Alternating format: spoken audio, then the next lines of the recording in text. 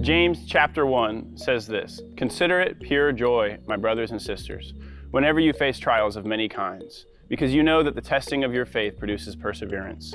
So let perseverance finish its work so that you may be mature and complete, not lacking anything."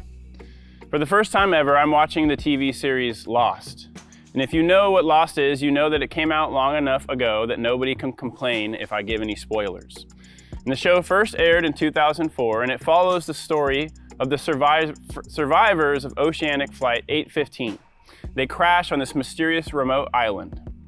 And the show follows the story of these survivors. And as we've been thinking about what it means to connect, grow, and serve, I thought of a scene that I saw in Lost recently that I think speaks to the challenge of growth. And the scene is between a former rock star, Charlie Pace, who is challenged by the mysterious wise old man, John Locke. And John challenges Charlie to give up his drugs before he runs out. That way, it's his own choice.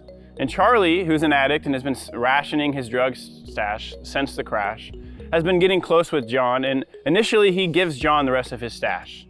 But when the pain and discomfort of withdrawal starts to set in, he gets aggressive and he attempts to persuade John to return the drugs. Now, John's response is, "This is the first of 3 times that I'll allow you to ask me for your drugs back. And on the 3rd time, I will give them to you." So later in the episode, it's the 2nd time that Charlie is asking John for his drugs. And at this point, the camera shifts and starts to zoom in on a tree branch nearby. And John directs Charlie's attention to this cocoon that's hanging off of the branch. He says, "Come here, let me show you something. What do you suppose is in the cocoon?" And Charlie says, "I don't know, a butterfly?" He says, "No, it's much more beautiful than that. It's a moth cocoon." And it's ironic because butterflies get all the attention, but moths, they spin silk and they're stronger and they're faster. And it's a wonderful thing you get to see. And you see this little hole, this moth is about to emerge. It's in there right now struggling. And it's digging its way through the thick hide of the cocoon. And John takes out his knife. He says, "Now I could help. I could take my knife and gently widen the opening so that moth could be free. But it would be too weak to survive because struggle is nature's way of strengthening it."